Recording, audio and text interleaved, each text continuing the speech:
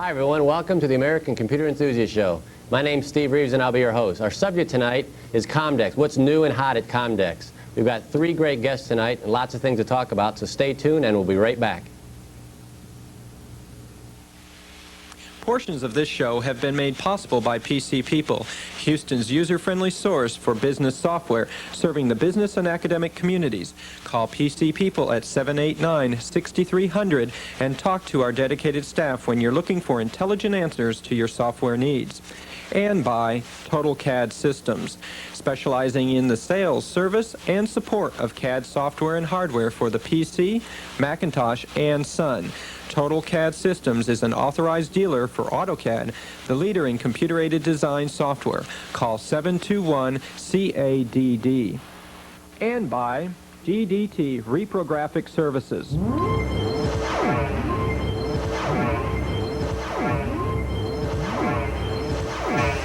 Providing documentation to the professional design industry using advanced technologies and personalized service. GDT, where you're more than a number. Call for free pickup and delivery. The old computer you're putting out to pasture has the power to give new life. Computers you're going to scrap can keep millions of people from ending up on the scrap heap and being written off.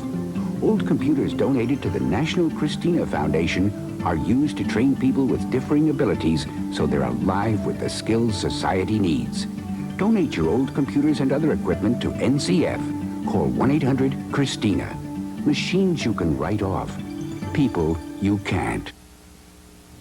Hi everyone, welcome back to the show. In case you just tuned in, this is the American Computer Enthusiast. Today is November 19th. I had to check there for a second. November 19th, this is a live show, and we're talking about Comdex tonight. What's new and hot? In case you don't know what Comdex is the big computer show in Las Vegas. It's been going on all week. As a matter of fact, it's still going on until tomorrow. And the three guests we have, they just flew in. They still have jet lag. As a matter of fact, their suitcases are sitting out in the front area of the building here because they just flew in. And this stuff is so hot, it's not even in the papers yet. Like, we like to keep all our viewers on the cutting edge. So this is hot off the press. We've got all kinds of things to talk about. We have three guests. We have Mickey Hayes. He's the Vice President of Executel International here in Houston. You do PC consulting and education and things like that, right? Yes, Stephen. It's a pleasure being here tonight. Oh, thanks for coming. We have another guest. Our other guest is Patrick Mahoney. He's actually the president of ACE, American Computer Enthusiast. And he's also an attorney. So welcome to the show. Thank you, Steve. I'm glad to be here tonight. Oh, great. And our third guest is Fred Thorlin, and he's actually one of the directors of HAL PC, one of the big Houston PC users group. Thanks for coming to the show. It's good to be back. Great.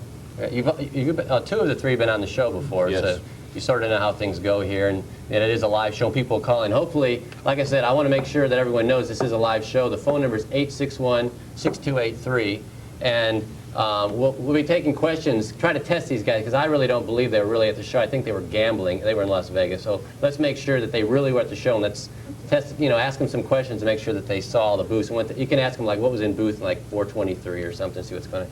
They got lots of free, they brought back every kind of free thing there was, all kinds of, hats and shirts and all kinds of different things. We'll show all that fun stuff. And the other thing is I always like to mention this in the beginning of the show, that we do have an information hotline, the ACE hotline, and you can call in and leave comments on the show, what you like, not what you dislike. There is no, I don't think anybody doesn't like anything about the show. And also what you like to see in future shows, whatever, anything. The phone number on that, and there will be a little slide that comes up, and the phone number is 587-5369. So if you have any comments in the show, like I said, what you like to see in future shows, make sure you call and leave a comment. I guess without further ado, we might as well start talking about what's going on and what's at Comdex. Why don't we start? Who wants to start here? And Pat. Well, let me talk about what was at Comdex. All right. 138,000 of our closest computer friends, 2,000 booths, 27 miles of aisles. My feet are still killing me. Does your arm hurt from pulling that slot machine thing? Or? No, the electronic slots, you just push a button. Oh, very okay. simple. Just Did you stand on the 400-person registration line? No, I got there very early, 7:30 Monday morning, picked up my registration, and right away I went. What, like, I know that I explained a little bit what Comdex is, but have you ever been there before? 7 times before. So does it get better and better every year and bigger It's and bigger? larger and larger. It is the single largest gathering, as far as I know, of any computer-related organization.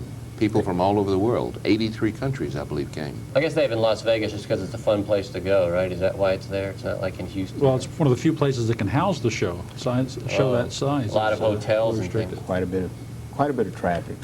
All right. Like, what's something new? What's like the first thing you saw? Why don't we just pick one thing? Like, I don't know. What do you want to talk about? Well, we went in looking at a lot of the pen-based product. We wanted to take a look and find out, well, there was a lot of promise last year about pen-based, but what was actually delivered? My estimation, I think it was a little oversell last year, and they're just now coming out with more real development applications, but no kind of applications for users at this point. What do you think, Pat? There was certainly no Lotus 123 for pen-based computing. The pen-based computers that I looked at took considerable amount of time to train the computer to recognize 1,000 words. Some 20 hours was estimated by the manufacturer. In your handwriting and things. In your own handwriting. While that seems a real great thing, our vocabulary and what we tend to write and the words we tend to use exceeds 50,000. My goodness, think of the time to train your computer, and then what do you do if you lose it or the battery runs out? Right. You're looking at about 8 hours training on the pen-based product just to get to about 1,000 words.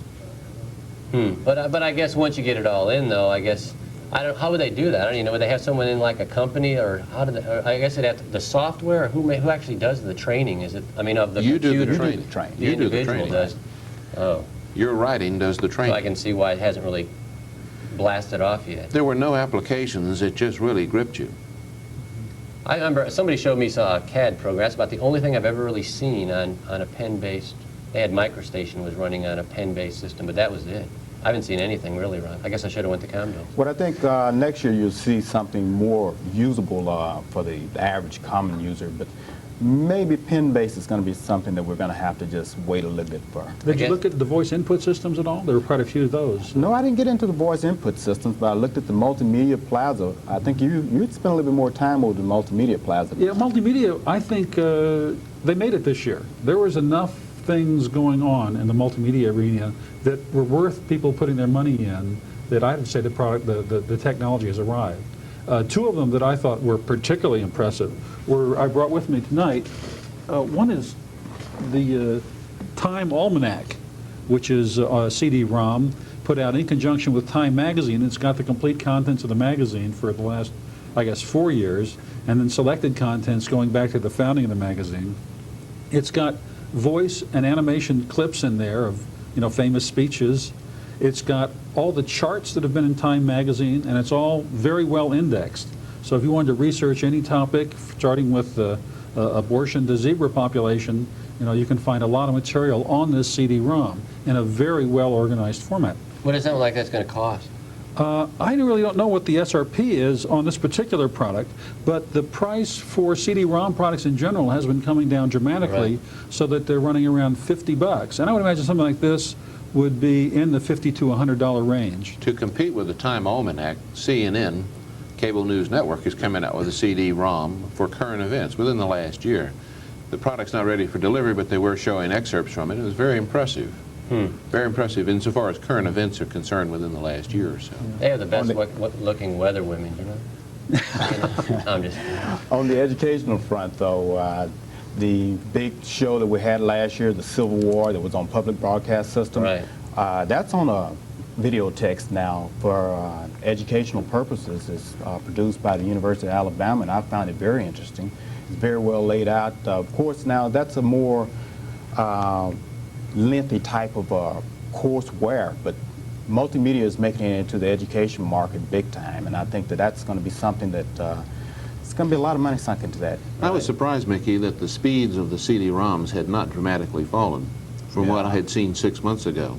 There were not a lot of prices quoted, but I didn't see any dramatic increase in the transfer rate of 150 to the 300 kilobyte transfer, nor in a millisecond increase speed from the 380s, 375s below 300. You mean they're still slow? Still slow. In other Still words, they're slow in relative terms for a CD, Right. considering the massive amount of data that can be transferred so at one block.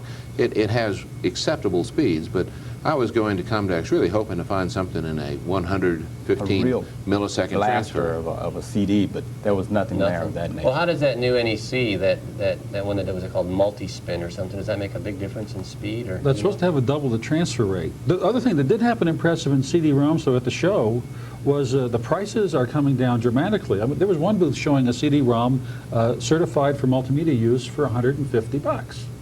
Now, I don't know what all the particulars were on it, but I mean, if you can even talk $150, you've got a hell of a price there. Let me mention one other CD-ROM product that I thought that was really impressive to me and to everybody else and so on. That was this Delorme Street Atlas of the United States. It's got every map in the entire United States. That's all 50 states and the Washington, D.C. I don't want to blow your bubble, but before I went to Las Vegas, I have the CD. I actually printed out a map of Las Vegas for the hotel area that I was staying in so I wouldn't get lost. I took it with me. So it works. It worked. It works. you Well, you're didn't not get blowing my lost. bubble. You're supporting my I don't know, let's story. ask him, did he get lost? Did you get lost? No, I tried No, using then I the guess cab it as worked. much as I could. You took your life in your hands with those cabbies. Well, That's a thrill. we had many, many people competing for transportation. And I think that the biggest problem was when you try to squeeze, 130,000 people onto one main strip, you tend to get stepped on a little bit down. Right. They It was did a good show. reinforce the cab population. They said they brought on an extra 100 cabs. But you asked earlier about what was the first thing we saw when we went to Comdex. The first thing I saw was a truck about 400 feet up in the air. Did either of you two happen to see that? The UPS truck? No, I forget. It was United. It might have been. DHL. It said United on the side. It was 400 feet up. It was a huge truck, inflated truck. And then there was the Corel blimp. That was also several feet. Balloon, excuse me. You're quite right. And did you those are catch first the thing. And then the skydivers? banners hanging from the Flying Pancake. What's that called? That hotel? You know, they had the Lotus banner hanging down. Oh, the old Landmark Hotel. The old Landmark Hotel. With Did you see Elvis Microsoft or on one anybody? side. Well, I actually did see the Elvis look-alike in the Legends concert at the Flamingo Hilton. That was an interesting show. Sheriff So fared he's better. still in my alive then, opinion. right? You saw. And does he use what does he use, a 46 or what? No, I'm just kidding. Speaking of 46s, you said we were talking earlier about 46, 36. What's going to happen with the? I talked to a number of OEMs and manufacturers and talked to them about their levels of inventory on chips, 386, 486, and everyone seemed to be very nervous with the anticipated introduction of the Pentium by Intel.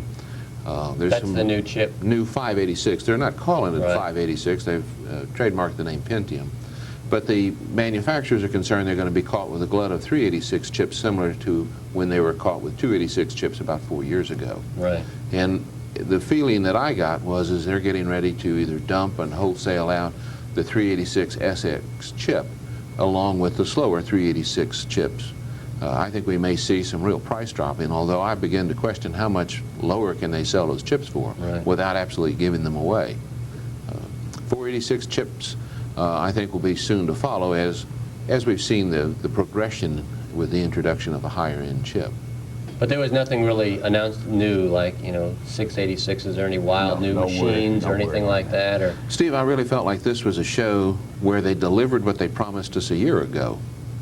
Sometimes when we go to Comdex, I feel like we have a lot of promises, and next year will be great when you see our product and you just can't wait to get it, and then we have to wait. Well, this time we actually got to see what was promised a year ago. Did you get to see a Pentium demo or hear anything about Pentium? I talked with some of the Intel people, and they were very close-lipped about it. They were more concerned that I would be then making my next stop at the AMD booth. Okay. How about the Alpha chip? That seemed to be pretty visible at the show. DEC was showing Alpha on a lot of systems. They had a booth of people running Windows NT on the Alpha chip, excuse me, the DEC Alpha chip. That was quite impressive to me, the breadth of is that some developers. RISC sort of chip, or what is that? I guess it's RISC. I guess everything is RISC nowadays. Even the Intel chip is RISC. One of the surprises for me in the hardware field was IBM has produced what they called a clone killer, 486 machine with a large hard drive and VGA, SVGA, for about $2,300. And the IBM people spoke specifically at killing the clones to offer their compatibility, offer their market recognition at a price that's affordable. Typically, most have recognized the IBM as a great name, but have steered away because it's cost 2 to 3 times what the clones are. Right. Well, this is no longer that case. It may be slightly more, but it's no longer 2 to 3 times. I will give them high marks for their new 700C portable. It's a color portable, the sharpest color I saw on a portable at Comdex, and also the largest screen I saw. How big was the screen? It was about 9.5 inch on the diagonal. IBM also, in true IBM fashion, has come out with a plethora, excuse me, I just got off the plane, a bunch of ISVs to come and support their product. Specifically their clone killer, as they call it. They call it Ultimedia, and now we think they had at least 30 or 40 ISVs with a new product, all sorts of demonstrations, including a lot of multimedia development kits available, ready to ship. Hold that thought. We're going to, why don't we take a quick break here? We've got to take a quick break. Don't anybody move, all right? Everybody sit here. We're going to take a quick break here. In case you just tuned in, this American Computer Enthusiast, we're talking about Comdex. We'll take a quick break, so stay tuned and we'll be right back.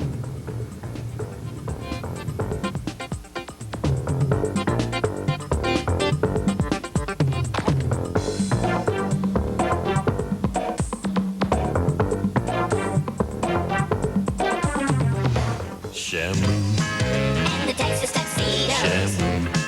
We go everywhere he goes. Can help us make a great big splash. If we all get rid of roadside trash. And to all this message reaches. Don't forget about our beaches. Can lend a hand or fin. Come on, let's all pitch in. Don't mess with Texas.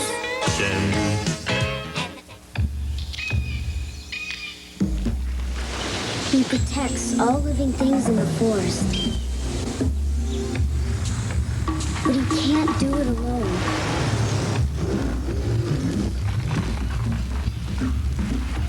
Please don't play with matches. Put out your campfires.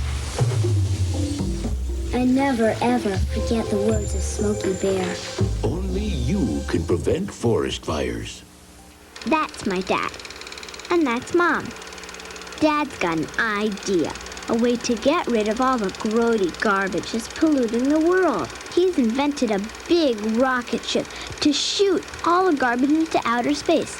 Mom's not sure, but Dad says his invention will save the world. There's an easier way to save the world. Recycle. For your free recycling action guide, write Recycle. Environmental Defense Fund, 257 Park Avenue South, New York, New York.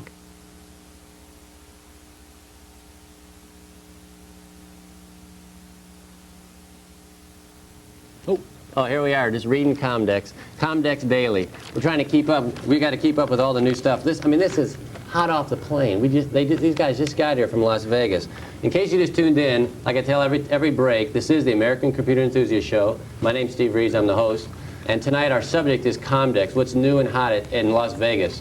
The show's from, it's all this week. It was Monday to Friday. And it's when everybody comes out with all the new hardware, new software, new chips, new peripherals, new printers, new everything. Shows what's coming out, what's new, new updates, everything. We've got a whole table of things to talk about here. So I guess we might as well keep going. We have three guests. We have three guests tonight.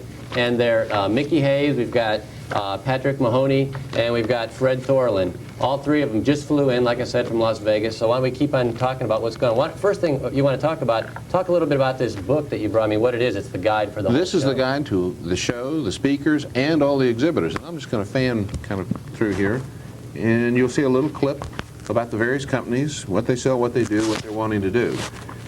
It's organized, and there's some maps in here to send you to the various convention centers.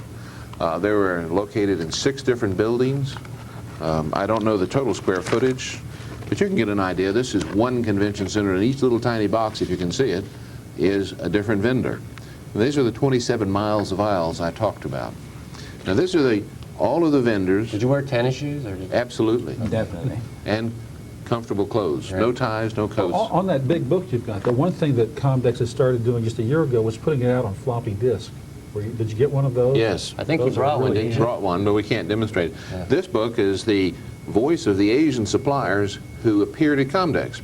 Everyone always talks about the Asian board manufacturers, chip manufacturers.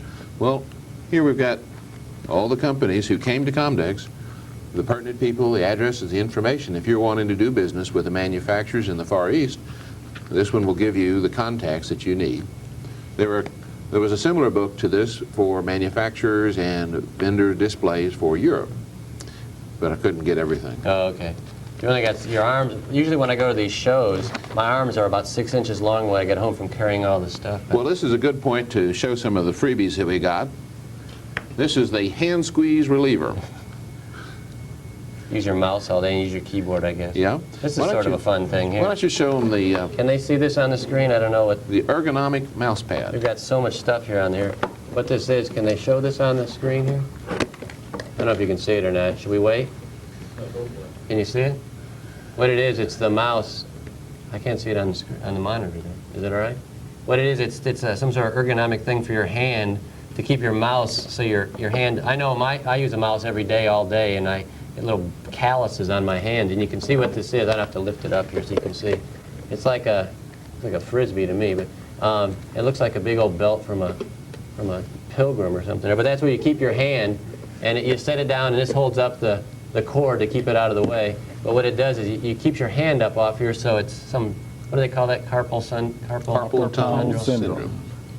There's a stereo there, but gee. And that's how you do that. There's what other thing? You got other fun stuff. What other thing? Why don't we have some phone calls? You want to take some phone calls? Sure. Sure. Might as well by the way, this is a live show. Phone number is 861-6283. In case you just tuned in, this is the American Computer Enthusiast, and we're talking about Comdex, the big computer show in Las Vegas. So we'll take the first caller here. Chris, do you have a question? Yeah, just a couple of quick ones. I did a short eval on the 700C a couple of weeks ago for our company. Super machine, the only question I've got for your panel is why is IBM insisting on staying with microchannel architecture? The other one is anything interesting in the cellular and wireless communication end at Comdex? That's one of the things we're going to talk about tonight. Great question. And Good lastly, question. how long in advance did you guys have to book your hotel rooms to get there this year? Book it now. For next year. For next year. Book Okay. now for next year. I actually booked mine in June. Well, I'll hang up and let you respond. Thanks for calling. Thanks. I think on the IBM question, wouldn't you agree, Fred, that IBM will never admit they made a mistake? Well, IBM has, Bill Gates addressed this question last night, and he said that IBM has essentially broken into several smaller companies now, in very realistic terms. It's not just a waving of the hands. In fact, there's one division that makes the hardware now that is shipping out bundled Windows. And the software division, of course, is going their own way with OS2. This thing about microchannel, I guess those are the hardware guys, but I don't really follow that segment of the industry. You probably got a better look at it than I did. I know that the new laptop does follow the microchannel architecture, but I think they've invested so much that not to put it in their current laptop would be admitting a mistake. Right. And they're just not going to do that. Doesn't happen. The wireless question, I was very intrigued to see people with palm tops and laptops with little antennas on them, walking around, computing and referencing back to the main booth. That looked like a great idea if you could balance the laptop and type at the same time with 130,000 of your closest friends bumping into you. It wasn't quite the same topic you're talking about there, but I was struck by how many people at this show were carrying around cellular telephones. Every table in the lunch areas, there was at least one person yakking on a cellular telephone. Also, you notice that they put a cellular repeater right inside the Los Angeles Convention Center so that you could use a cellular phone. So they were really promoting that. But when you look at the cellular portion of computing as transmitting data as opposed to transmitting text, voice, then you've got a number of problems you're going to run into. One of the problems you run into with that is it's very expensive, number one. Number two, the antenna system, although here in the States it's fairly standard, we have a problem dealing with like FCC regulation. I mean, I sat in on a seminar, and the people from AT&T said there are two basic rules you have to remember when you get into cellular data transmission in addition to voice transmission. Number one rule is distance and is proportional to power. The further distance you want to broadcast, the more power you have to generate there. Number two is the FCC, and they kind of left it like that. Now, the FCC, you have to remember, has only one genuine computer-type scientist on the board. The rest are attorneys. No pun intended. that's what we're faced with, and it's something that we have to look at. When we really get into wireless communication, cellular data transmission, then we're crossing the borders, getting into other areas, and there's no world standard we're working with, so there are other things on the horizon. And talking about power, you need some pretty heavy-duty batteries, I guess, and things. Or a heck of a lot of antennas. More than it has, and antennas and everything. Yeah, it's going to take a lot of There work. was wireless computing, wireless networks, but I didn't find that people were embracing the wireless network concept, particularly with my friends and associates who deal with Novell networks. They like that cable. Right. In fact, you have a piece of cable there in front of you. For all those people who can't watch our show because they don't have cable, tonight we have furnished you with cable. So that's an attorney saying that joke. One guy I didn't say. Right. We have another phone call. You want to take another call? Hi. Jim, do you have a question? Right, I have 3 questions. Okay. There's a program out now to do morphing on a Mac, and that's supposed to be out on an IBM. I wonder if you saw that. And second question was, what do you think is like the best program now to do editing of color scan photographs, something for artistic type work? And the third question is, did you see any really great games out there, anything new? Thanks. Yeah, there were. I hit on a couple of those things. Great games. The greatest games I saw. I went out with a bunch of guys from Microsoft one night, and we went into an arcade and saw some strange things happening there. One was a 3D projection game. It was like a hologram, and this person kept jumping out. And it turned out that some of these Microsoft guys had already spent quite a bit of money in learning how to play this game, because there wasn't much in the way of instructions. But it was only a holographic game I'd encountered. The other game we saw was all photorealistic. It wasn't any art drawing. It was all photographs that had been digitized and worked into a game, and it was the bloodiest game I'd ever seen. So that was the impressive games. On photo processing, there was a fantastic display by Matrox. They had 250, what was it, 256? What was a huge color palette? Whose is that? And then it was like, 2,000 by 2,000, and they took some photograph and zoomed it way up on this 20-inch screen, and they had, 8 486s on their video processing card, and you could drag the image across the screen. And it was the ultimate, as far as I could make out, in photo processing. As far as the software, you could go in and, touch up, smear, filter, all sorts of things. Morphing has been around for a long time on IBM machines. Micrographics Draw is probably your lowest end morphing program, but Corel Draw at the other end does a nice job of morphing. There's a new product coming out called Canvas, which does a very slick job of morphing, but you can't buy it for another 3 months. But they had a large booth and a quite impressive product. What about editors? Anybody see any new editors out there or anything? I saw a product called Cameraman. I forget the name of the company that was producing Cameraman. It was another one of the IBM Ultimedia partners. Cameraman was show special. I think it was $159, but it was somewhat limited. You have to have a special card. It was using the MPEG standard. Mm-hmm. And now, I'm not a technician as far as that goes, but the MPEG standard seems to produce the clearest video edited pictures, the cleanest. Let me mention just one other thing. There was one product I saw that really impressed me, and this was a fractal-based program. What you would do is put in a couple of parameters to this program, and it would generate a 3D scene for you. Very high quality, apparently $70 at your neighborhood software store. I didn't get eval copies or anything like that, but look around for it. It's very impressive. One of the things that I saw I was very impressed with, and I would like to relate this to our viewers, that in years past we've had shows using the video toaster on an Amiga. And it allows for chromatic images and splitting and cutting the visual on the screen. Brownway Publishing has put out a program called Studio Magic, which is not quite the full video toaster, but it is for the PC. Now, I wouldn't pretend to be competent to chromatic images and do all the neat things that have been done here on this show, but I saw a lot of the same and similar type of things. And for all of those who've seen our show when we did the chromatic images and split screens and split imaging, and you wanted to do it on your PC, your chance will soon be coming. I was real impressed with that, but I was very impressed with the video toaster when it was introduced 2 years ago. Any kind of prices? Did they say what about $500? And I think the video toaster, not including the Amiga, is about $1,500. Right. Great. We have another call. You want to take another call? Byron, do you have a question? Byron? You there, Byron? Byron, do you have a question? Well, I can't hear you there.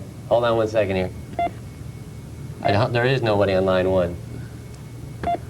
Well, I think we just got hung up on or something. Must have been an obscene phone call or something. Well, let me talk about a piece of hardware that I came upon and I'm real intrigued with. This is a diagnostic card that fits in one of the slots on your computer. And if you'll notice, it's got 2 LED readouts here on my right-hand side.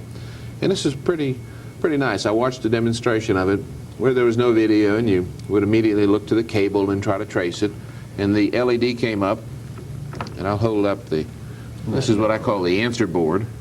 It allowed you to look up and see what was wrong and begin your diagnostic. Now, for just the average PC user, this isn't going to make a lot of sense, but for all you techie types who want to go out and fix computers, this looked like a very quick way to diagnose what the basic problem was. In addition, and I didn't quite understand all the parameters, and like I said, this arrived at my office today, shortly before I did this evening. If you're having troubles with your motherboard and power supplies to chips or to your circuitry, this will help you diagnose what the power supply problems, and I'm not talking about the power supply, I'm talking about the power supplied on the board to your various components and chips.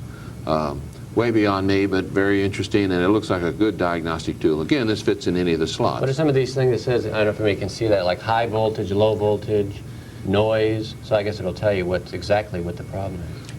You need someone besides an attorney to figure out how to use this. Yeah, I was gonna say, I think it looks like if it was all lit up with kind of a Star Wars you look at. It kind of, I think, take the cover off the computer so you can look at the thing. Well, I went into that booth and also took a look at that product, and I was very impressed. I saw several other companies producing the same product. One of the things I noticed about that product, though, was that it's not going to replace your local PC technician. What it will do is give you a chance to know whether or not you're... Well, this was really aimed at the technician. Right. At the local shop. We need to take a quick break here. Every time you talk, we have to take a break. Hold on, this has nothing to do with you, all right? We'll take a quick break here. We're talking about Comdex, so stay tuned and we'll be right back.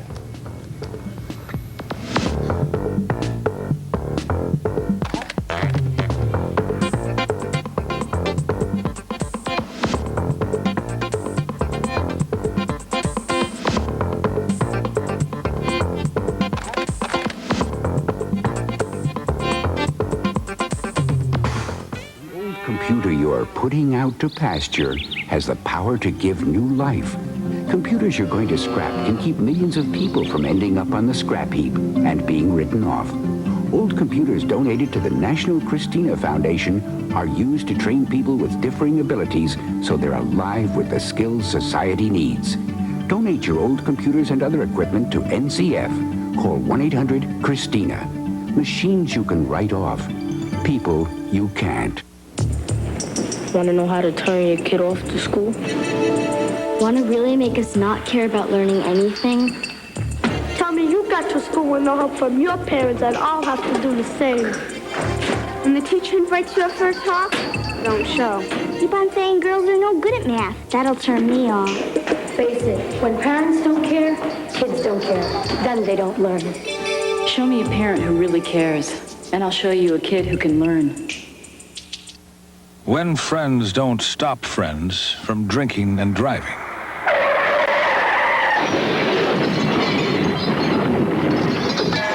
Friends die from drinking and driving.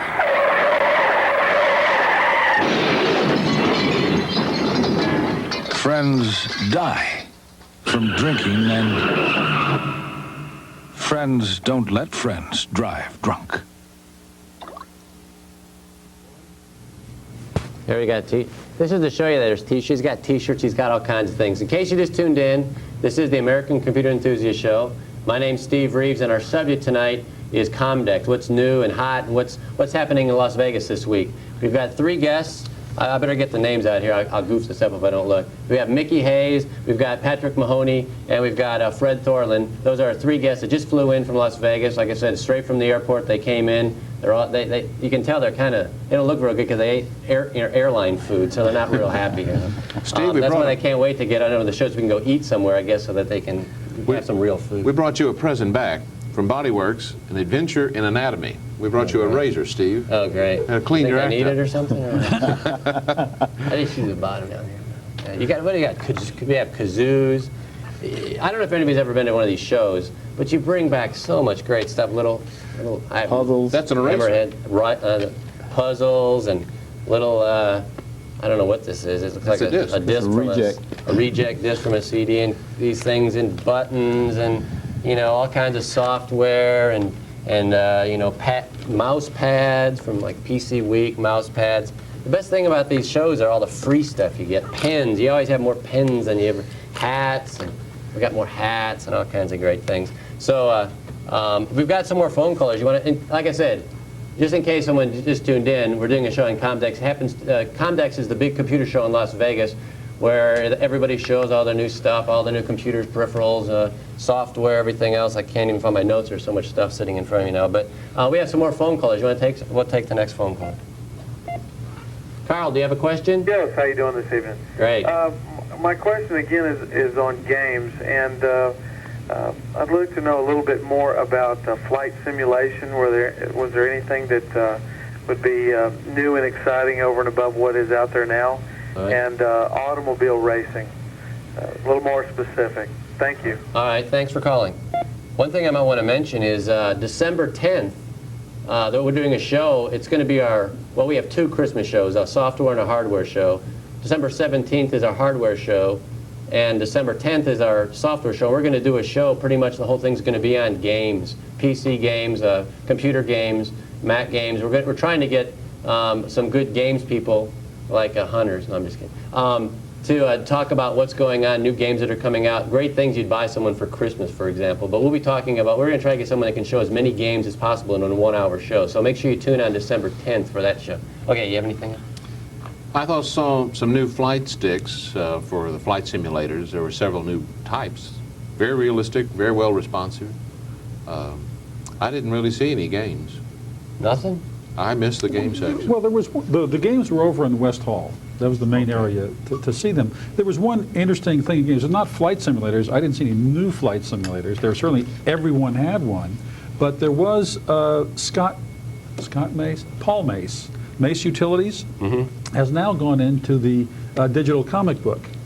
So you can get his comic books on disc, run them, read them just like comic books, pick the way the plot should develop, and, you know, solve the puzzle or whatever it is in there. He's shipping these things out, essentially shareware, get you started in the book, you get to a stopping point, then you have to call in and pay $5 to continue on to the game.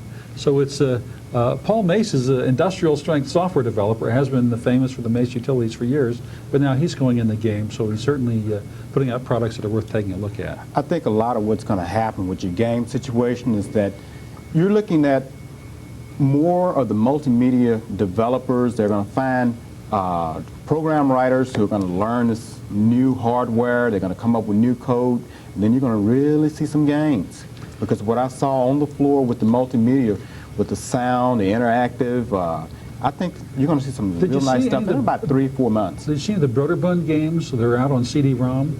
Again, these aren't flight simulators, but they use this high bandwidth, high volume information system of the CD-ROM, and they give these things for young children, you know, ages 3 to 10, say. And wherever you click on an image, something happens. You know, stories about grandma going to the beach or kids. One of the things about this particular Comdex, you know, Comdex is broken up into, I think it's 7 different pavilions, if you call them. And each pavilion has a specialized section that it kind of concentrates on. There's multimedia over here. I spent a lot of my time with the education area, and it was over in the the main hall there. Anyhow, there are a lot of educational games available, a lot of new titles coming up, and we'd be more than happy to provide those. But the main thing is the hardware is changing with the multimedia, the video boards, the video accelerator cards. With those things coming online, you're going to see it. Right. You have a little lag between when the hardware comes in and game level developers, the guys watching maybe tonight, actually write some code that one thing I saw new in that area was software-only video playback. Intel was demonstrating it at their booth. There were a couple other people playing it. They would take a video camera and a special board, and they would, you know, record something in video. then you take your disc and put it in any PC, and it would play back the video on the screen. Depending upon, you know, the bandwidth of your PC would pretty much determine the quality image you would get back on your PC. But it was something that you could then distribute. You know, no special hardware required. You could play video capture, full motion video with sound. It's great. You want to take some more phone calls, or you have anything else to say? Well, there was two programs that I particularly wanted to take a look at. One is PK Zip. Last year we were promised an update, and we're hopeful that next month the update will finally get here. That's the Zip Utilities, Unzip, PK Zip. I talked with the people at their booth, and they really assured me, gave me lots of assurance that it would come this time. The other was WordPerfect 5.2 for Windows. They really have cleaned their act up. After the introduction, I think, of 5.1 for Windows, they've made the corrections, minor adjustments, and 5.2 for Windows really looks like a very clean product. WordPerfect 6.0, I was really hoping to get a glimpse or somebody to talk to me about it, but they were very mum about that. All right. Want to take some more phone calls? Sure. Okay, we've got a couple of them here. David, do you have a question? Yes, Steve. First, where do you guys see the RAM SIM chips coming down in price? Secondly, was Borland giving any announced delivery dates for either Paradox or DBase for Windows? And last, Fred, can you compare and contrast the old Visual Basic with the Toolkit versus the new Visual Basic Professional? Thanks, guys. All right. Thanks for calling. Well, he certainly hit one of the great scandal areas of the whole week. This is the general area of databases. I thought it was the main story at Comdex. Monday afternoon, Microsoft had a little gathering of 600 of their friends at Caesar's Palace, and they rolled out their database products, sort of. A young fellow got up there and showed Foxbase for Windows, and it demonstrated very well, and he says, be ready in 3 months, real soon now. This is our official rollout, but, you know, no product. The next guy got up, and he showed Microsoft Access. Now, as you can see here, I've got hot product in my hand, but the product bombed twice during the rollout demo. Bill Gates was standing on the stage watching this guy demonstrate. He sort of turned an ashen gray as he watched this happen. But nonetheless, it is a really good product. The next morning, Carla and I went to Philippe Kahn's press conference. And a question, well, I actually asked him the question, when's Paradox for Windows going to appear? Because we saw it demonstrated here by a hometown boy a few months ago, and it looks terrific, but they're saying, you know, no wine before it's time, and they'll have it out in 3 months. So we're expecting to see Paradox for Windows in first quarter of next year.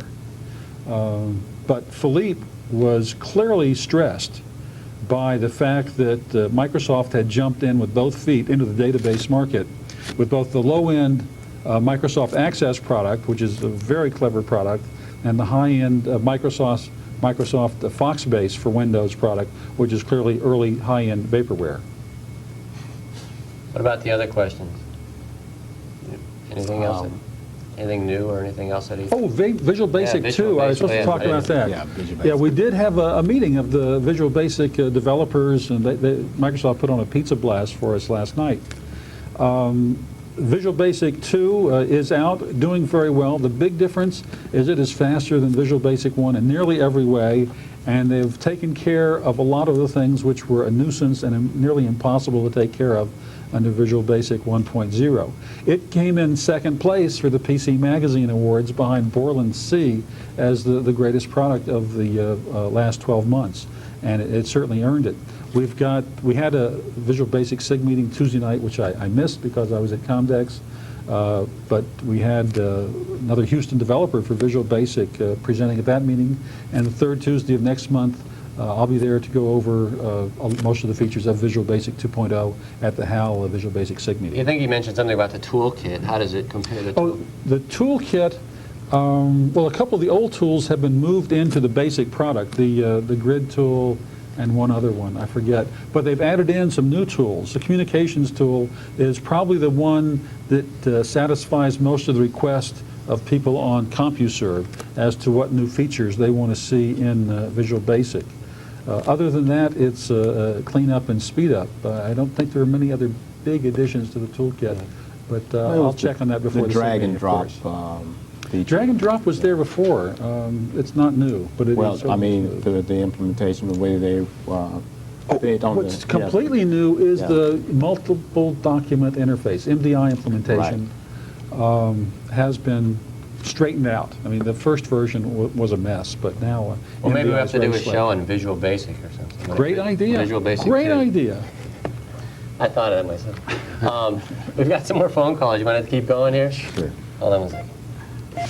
Bradley, do you have a question? Yeah, I had a question about NT. I just wanted to know about any new products that may be coming on NT. In general, how NT was doing, or if any more hardware platforms that NT might be running on, and just in general about NT. And also, how is the OS2 and NT battle shaping up? If the word from the front out there in Las Vegas on that. Well, I know they have nice T-shirts. Okay. OS2's got a great shirt. Yeah. No, NT was a big item there at the Microsoft booth. They had a directory about 3/4 of an inch thick of NT applications. So there's plenty of traffic there. There's the NT SIG meeting, by the way, coming up this Tuesday night, and we'll be talking a lot more about NT. But DEC also had NT booths showing the alpha running NT. So NT is alive and doing very, very, very well, and they even showed a multiprocessor system there. You mentioned OS2 earlier. Why don't you said that it was there, but there wasn't a whole lot of applications. Well, IBM had a big room for OS2 programs. And I went in expecting applications, word processors, databases, spreadsheet types. And while I think they'll come, most of the people displaying at the OS2 booth for IBM were displaying tools that would allow someone to write the word processors and the databases and spreadsheets. And I think that holds promise, but we're still at the stage where they're trying to figure out how to make the paper, not print the words on the paper. So there's not a whole lot of real applications. No, I was real impressed to counter that with what Microsoft had on their Windows booth. For the Windows 3.1 applications, there were a lot of end-user programs that were being shown. And I thought some very interesting end-user programs, whereas the OS2 displays were primarily developer-like tools, applications assessments, the things that someone who would write a Lotus would want to have. And for the end user, not going to do a lot of good for them. Right. Next year, I would expect to see a lot more OS2 true applications. I didn't see any telecommunications programs on OS2, specifically written for OS2. But by next year, there'll be a big war because NT will probably be out by then and everything. There'll be a big, gigantic war between OS2 and NT. Got another call. You want to keep going? Keep going. All right. Hey, thanks for calling, by the way. Thank you. Thank you. I think I just hung up. Mike, do you have a call? You have a question? You have a call. How you doing this evening? Good. Do you have a question? Yes. Currently, we have a 286, and we're thinking very seriously about upgrading to the 486. And I came in kind of in the middle of your show, so if you've already answered this question, forgive me. I understand the 586s or whatever they're going to call them are coming out soon, and it's probably strategically not a great time to buy right this minute. Do you have a kind of an idea when a good time would be? And the second part of the question is, what's available in color printers, hopefully 15 wide, so that you can have versatility to print spreadsheets as well as color graphics and that type of thing? All right. One thing, I always know the best way, someone told me this just last week, the best time to buy, if you want to buy a computer, wait till I buy mine and buy it the next day. Because no matter what I buy, tomorrow it'll be twice as fast and half as much. So just wait till I buy mine, and that's when you can buy yours. But what about the 586? I think the 586 will be the premium chip at the end of the first quarter, probably the second quarter. When I say premium chip, a 486 chip today is $400 to $500 just for the chip itself. And I would expect to see the Pentium, based on its processing ability, the superior processing ability, to be more in the range of $1,000 per chip. What did you call it, the Pentium? Pentium. That's what they're calling the 586? That is a trademark name that Intel has. Several years ago, AMD and the clone makers got into a battle with Intel over the use of 386, 486, and the federal courts held that that was a name in common usage. So Intel developed a name that is a unique name that they can trademark and that only Intel can use. Everyone else will have 586s and Intel will have the Pentium. One other thing for advising this person on buying his machine, Monday night Dave House told a group of us that the Pentium pinouts will be the same pinouts as for the 486. So buy your 486 system today, you'll be able to drop a Pentium chip into it tomorrow when the chip becomes available. Don't sit around on an 80, whatever shed you had, 82, 86 or something. Make the move today. You'll get the value out of it, trust me. I would like to add one thing to our caller, and I think this is very important because we talked about price breaks and chips. Buy from a retailer that's going to support your computer purchase. The concept of saving a few dollars, you'll end up with a lot more heartache because of your BIOS problems or your chip problems or your maintenance repair. Right. Buy from a local retailer who'll stand behind this system, even if it costs you a few more dollars. And I think you're right about buying the computer now. Right. I think hopefully it'll work just like the overdrive chips work, you know, where you just pop it out, put another one in, replace it, and get, like a disk doubler or whatever. There's never a best time to buy your computer. Right. You'll never buy anything if you don't. Well, if we're going to get into computing, you know, make your decision based upon your application. If you're going to have a home computer, you need to just tool around with, and you know, you want the kids to learn this new technology and so forth and so on. That's a good idea. 386, maybe the upper end, a little speed there. But if you're going into this for your business application, if it's a crucial thing, then you want to look at 486N and with the Pentium coming out. I know every time you talk, we have to take a break. Well, we'll let you talk first when we come back, and we're going to wrap this up. We've only got a few more minutes for the show. In case you just tuned in, we are talking about Comdex, what's new and what's coming out. We've got a few more things we have to talk about. We'll come back with our guests, so stay tuned, and we'll be right back.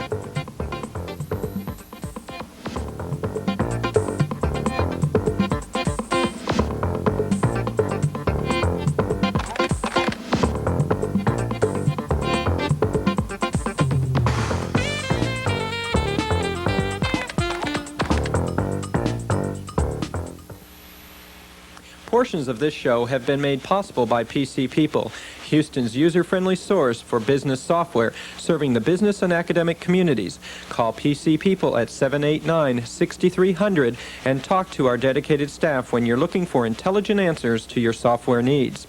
And by Total CAD Systems, specializing in the sales, service, and support of CAD software and hardware for the PC, Macintosh, and Sun. Total CAD Systems is an authorized dealer for AutoCAD, the leader in computer-aided design software. Call 721-CADD. And by Arc Image, creators of award-winning computer graphics and animation. For advertising, illustration, presentation, and communications, Arc Image can show you a better way to tell your story. Want to know how to turn your kid off to school? Want to really make us not care about learning anything? Tell me you got to school with no help from your parents, and I'll have to do the same. When the teacher invites you up for a talk, don't show. Keep on saying girls are no good at math. That'll turn me off. Face it, when parents don't care, kids don't care. Then they don't learn. Show me a parent who really cares, and I'll show you a kid who can learn. Hi, everyone. Welcome back to the show. This is our last segment. In case you just tuned in, this is the American Computer Enthusiast Show. My name's Steve Reeves, and our subject tonight is Comdex. I think the little blurb, that's a technical term, blurb comes up and says what their names are, but I want to make sure everybody knows who is on the show tonight. I've got more stuff in front of me here. I don't know, I can't find anything here.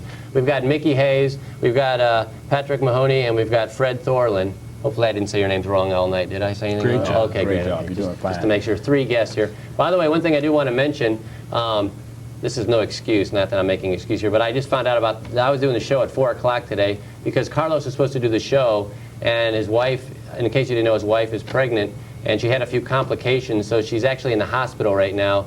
So everyone, keep your thoughts, think about whatever, say a prayer, whatever you want to do. I don't know the best way to. This isn't a religious show, but I thought I'd say something like that. Make sure everybody keeps her in your thoughts. If I could just talk here, it'd be pretty good. Right, let's say a prayer for Steve. Yeah, for me, I need it more than anybody else does. No, not really. But to be serious, I mean, everybody think about his wife, and she's in the hospital. I'm not sure what hospital there's anything else, but Carlos, and his wife's name is Melissa, right? Melissa, right? I'm sure you'll be all right. Everything will work out fine. So we'll get back to the show here, but that's why I'm hosting the show. It's supposed to be Carlos. Now that we've just... You promised I could speak first. Okay, you're first. But anyhow, the bottom line... One question we didn't talk about. Okay. Printers. Printers. You want to talk about it? Yeah. Oh, you talk about what you want to talk about first, because I'm not going to cut you off. He promises. You in the Hilton, weren't you, Pat, and looking at the Tektronix equipment? I got by. I took a look at the Tektronix equipment. It was very impressive, but I, in my haste, kept going right along. You have any thoughts about that equipment? Well, the Tektronix color printer is a wax printer. You can have a 3-color blend or 4-color blend. And I remember 3 years ago it was at $7,995. Yeah, it looked like a good price. Not that I was going to buy any of them. This year it was $995. Not the same exact printer. This was not an old model. This was some improved technology. Looked beautiful. The early thermal wax printers, you could scrape with your fingernail some of the wax off. And if it got folded or crinkled, the paper, it would look like that. Did you say under $1,000? Under $1,000. Amazing. I'm impressed. I was impressed too. This is a printer that used to be in the range of $3,000 to $5,000, and it wasn't so very long ago. It was at $7,000 to $8,000. Several years ago. So I thought that was a really exciting price break. I mean, that's like dropping the price on a 486 chip to $50. It was a very dramatic drop. But there wasn't a whole lot of new devices, or were there? I mean, like most of the people already came out with a lot of things, like the HP PaintJet XL 300. There was one impressive new device. I only heard about it. Gates talked about this thing last night. It's a cartridge from Microsoft you put in your LaserJet printer to double its speed at everything. I have not yet got a chance to read the press release on it, but Microsoft's hardware revenues are growing very rapidly. And some of the third-party vendors had a board that slipped into an HP2 printer that allowed you to connect your telephone lines and serve as a plain paper fax.